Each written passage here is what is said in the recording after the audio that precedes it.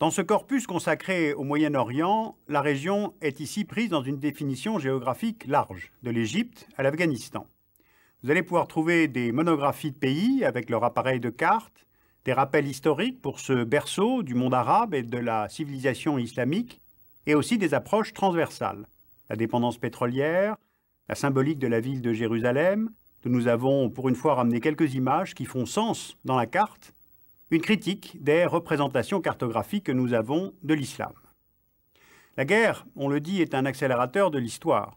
Conflits israélo-palestiniens, intervention en Afghanistan, guerre en Irak, omniprésence du pétrole, c'est en cela que le Moyen-Orient est un pivot géopolitique. Alors je vous propose de définir d'abord cet espace et d'y appliquer les cartes de l'histoire récente, disons depuis la fin des Ottomans jusqu'à la chute de la dictature en Irak. Vous le constaterez, l'approche sur la durée est pleine d'enseignements.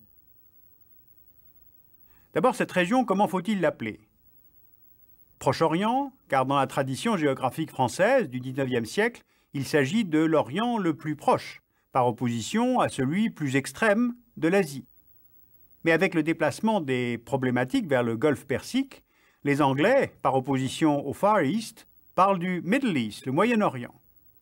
Et puis récemment, nouveau déplacement de problématiques vers le terrorisme, se réclamant lui-même de l'islam. Cela a induit l'inclusion, dans cette zone, de l'Afghanistan. Ces régions sont souvent désertiques, elles sont habitées en majorité par les peuples arabes ou arabisés, mais aussi par des Perses, des Turcs, des Kurdes notamment. Ces peuples sont en grande majorité musulmans, principalement sunnites et chiites, et la région enferme à elle seule 66% des réserves mondiales de pétrole. Dès lors, parler d'une région sous influence, qu'est-ce que cela veut dire? Cela veut dire que cette région passe dès le XVIe siècle sous l'influence des Turcs. L'Empire ottoman va tenir le Moyen-Orient arabe sous son influence politique, administrative et souvent militaire pendant 400 ans, de 1516 jusqu'en 1919. Et ce sont des facteurs proprement géopolitiques qui vont mettre fin à cette influence ottomane. Le canal de Suez est ouvert en 1869, avec des capitaux français puis britanniques. Il y a donc volonté de contrôle de cet axe essentiel par les puissances occidentales. Ensuite, il y a l'extension des intérêts coloniaux britanniques vers les Indes, le besoin d'accès au détroit des Dardanelles, la constante poussée russe vers les mers, Méditerranée et Adriatique, et enfin l'erreur de la sublime porte de s'allier à l'Allemagne lors du premier conflit mondial. Alors en échange de leur soutien dans la lutte contre les Ottomans, les diplomaties françaises et britanniques promettent à la dynastie des Hachémites un État arabe unifié dès la fin de la guerre. L'Empire ottoman est démantelé en 1919, donc le grand royaume arabe vaguement promis va-t-il exercer à son tour une influence sur le Moyen-Orient? Eh bien pas du tout, car en 1916, en fait, les diplomates français et britanniques, Sykes et Picot, ont signé des accords secrets décidant de se partager le Moyen-Orient en fonction de leurs intérêts. Ce qui fait qu'à partir des années 20, le Moyen-Orient passe sous la tutelle de la France, qui est gardienne traditionnelle des lieux saints et qui va prendre le contrôle de la Syrie et du Liban, et du Royaume-Uni, qui prend le contrôle de la Transjordanie, la Palestine, l'Irak et le Koweït. Cette influence se voit confirmée par la Société des Nations, la SDN, qui confie à Londres et à Paris ce qu'on appelle les mandats, dont on voit ici les découpages. Alors je crois qu'on ne comprendrait pas la totalité des mobiles de ces grandes puissances de l'époque si l'on ne prenait pas en compte la découverte, dès le début du XXe siècle, d'énormes réserves de pétrole dans cette région. Et le pétrole forme, au fond, la troisième influence qui s'exerce sur cette région. Le développement de cette source d'énergie qui, en moins d'un siècle et à l'échelle mondiale, va se substituer au charbon, va créer évidemment une grande dépendance des États consommateurs et par conséquent un besoin de contrôle des sources. C'est d'ailleurs à ce stade du raisonnement qu'il convient d'introduire un nouvel acteur, ce sont les États-Unis d'Amérique. Les compagnies pétrolières américaines ont pris des participations dès les années 30 dans la Iraq Petroleum Company ou la Standard Oil Company of California, qui obtient 50% des droits d'exploration de l'Arabie saoudite. Et après 1945, l'influence américaine va s'accroître en mêlant intérêts pétroliers et calculs stratégiques, ce qui est d'ailleurs à peu près la même chose.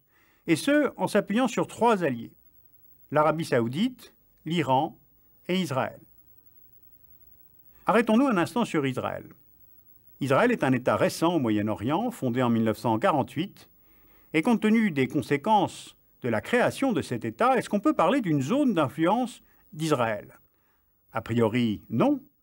Mais d'abord, ce pays est appuyé inconditionnellement par les États-Unis, d'où sa supériorité militaire.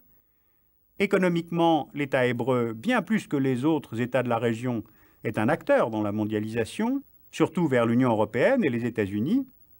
Et politiquement, l'État juif dans la région est vu comme un ennemi, comme l'épée occidentale au cœur du monde arabe.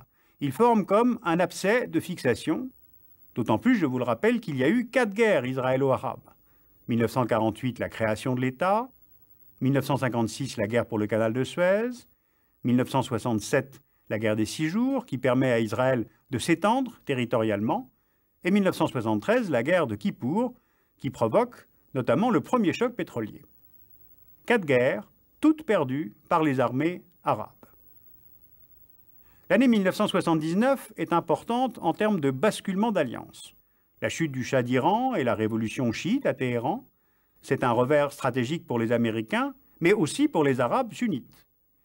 Elle entraîne le 2e choc pétrolier, qui est lourd de conséquences pour les économies occidentales. Et enfin, en décembre 1979, invasion de l'Afghanistan par l'Union soviétique, qui est déjà très influente, elle aussi, auprès des Palestiniens, des régimes syriens, irakiens. Et en face, l'influence américaine va grandir justement pour tenter de contrer l'URSS.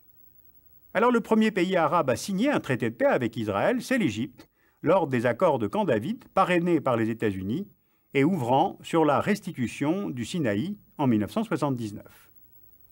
On note aussi l'augmentation de l'influence américaine lors de la guerre Irak-Iran. En septembre 1980, l'Irak déclare la guerre à l'Iran, le régime de Saddam Hussein se voulant comme un triple rempart, de l'arabisme moderne contre le retour à un régime religieux, du sunnisme contre le chiisme et des Arabes contre les Perses. Il est soutenu militairement par les États-Unis, mais aussi par la France, et après 8 années de guerre Irak-Iran, Bagdad procède en août 1990 à l'invasion du Koweït. C'est la première guerre du Golfe, la confirmation de la sortie politique de l'Union soviétique et la formation d'une coalition pour ne pas laisser à l'Irak le contrôle de 9% des réserves mondiales de pétrole qui sont présentes au Koweït. Mais cette coalition est arabo-occidentale, et c'est là une nouvelle humiliation pour les populations arabes qui voient les intérêts d'État et la valeur du baril de pétrole prendre plus d'importance que le soutien à un autre État arabe. En fait, il n'y a pas de nation arabe, il n'y a que des intérêts, des États et des chefs qui cherchent à durer. Donc résumons. Après le tournant de 1919, celui de 1956, celui de 1979, il y a bien sûr celui de septembre 2001. Alors que de 1979 à 2001, la base du contrat était soutien américain à des régimes arabes autoritaires en échange d'un accès garanti au pétrole et l'absence de toute nouvelle attaque contre Israël, plus le soutien américain aux islamistes afghans du moment qu'ils étaient anti-soviétiques, eh bien 20 ans plus tard, le constat est amer. Depuis les accords de Camp David, 20 ans de soutien aveugle et financier des États-Unis au régime arabe ont laissé le temps à ces pays de se figer dans le plus total immobilisme, de créer des frustrations économiques, démocratiques, sociales, creusant le lit de l'islamisme et son courant radical et armé, le terrorisme. Alors si l'intervention américaine en Afghanistan a pour objectif d'éradiquer les réseaux d'Al-Qaïda, de capturer le Mollah Omar, de stabiliser le pays sous un régime pro-américain, eh bien franchement les 2 premiers objectifs ont échoué et le 3e est incertain. Alors avec la guerre 2003 en Irak, les États-Unis veulent là encore renforcer leur influence sur la région. La guerre, c'est la poursuite d'une politique par d'autres moyens. Le contrat pétrolier doit se poursuivre avec la région, mais les contrats politiques ont été rompus depuis le 11 septembre 2001 et à cause de l'immobilisme des régimes arabes. D'où cette idée américaine d'un plan Grand Moyen-Orient qui s'adresserait à 22 États d'une zone qui va du Maghreb à l'est du Moyen-Orient, États qui se voient proposer de se convertir à la démocratie et au libre marché. Car pour Washington, il ne peut y avoir de sécurité sans prospérité. Une mise au pas de ce qu'on appelle les États voyous ne peut seule assurer la sécurité nationale des États-Unis. Car dans la vision américaine, ce sont les moyens de maintenir un Moyen-Orient sous influence, et si possible de l'inscrire dans le vaste mouvement de la mondialisation. Ce plan américain de Grand Moyen-Orient, ce n'est pas très agréable pour les dirigeants du monde arabe, de même que les accords d'Helsinki ne furent pas très agréables aux dirigeants soviétiques. Un rapport de la Banque mondiale en 2003 sur la gouvernance dans le monde arabe indique que le Moyen-Orient, y compris Maghreb-Mashrek, représente environ 10% de la population mondiale, et ces 10% produisent 4% de la richesse mondiale. L'essentiel de cette richesse venant de l'Arabie saoudite, de la Turquie, de l'Égypte, de l'Iran et d'Israël.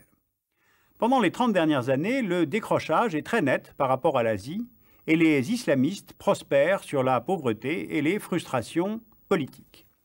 Voilà pour le constat. Mais le revers de cette influence américaine sur cette région en général et en particulier sur l'Irak, c'est qu'il fabrique du terrorisme au lieu de l'éradiquer.